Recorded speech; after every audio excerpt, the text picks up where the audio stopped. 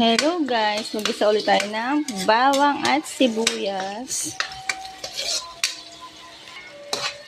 Tapos, ilagay natin ang mga chicken feet. Ito po yung ulam namin ng tanghalian.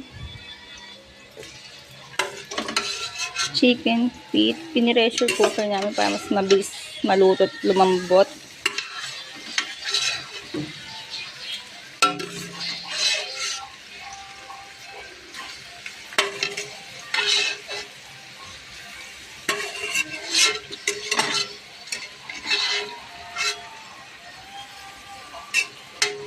Yan. Tapos isahin na natin siya rito sa mantika, sa sibuyas at bawang.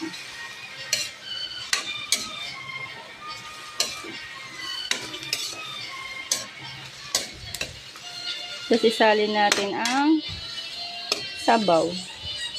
Sabaw ng chicken feet kanina. Ayan. Gaan ha.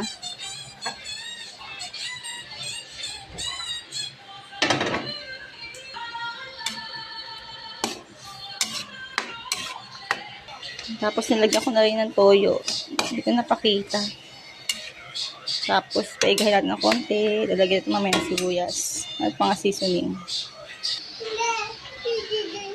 Ayan na. Tapos na. Naiga na. Nilagyan ko na rin siya ng sili.